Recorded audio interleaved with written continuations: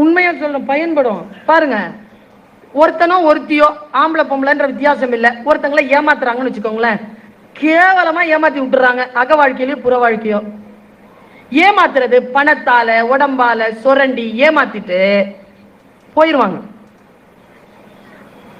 அப்புறம் திரும்ப வருவாங்க. பார்த்திருக்கீங்களா? இவங்க ஏமாறுவாங்கன்னு தெரியும் அவங்களுக்கு. அழுவாங்க, பழைய விஷயங்களை சொல்லுவாங்க, பேட்சப் பண்ணிக்கிறதுக்கு முயற்சி பண்ணுவாங்க, எல்லாம் பண்ணி மறுபடியும் ஏமாத்துவாங்க.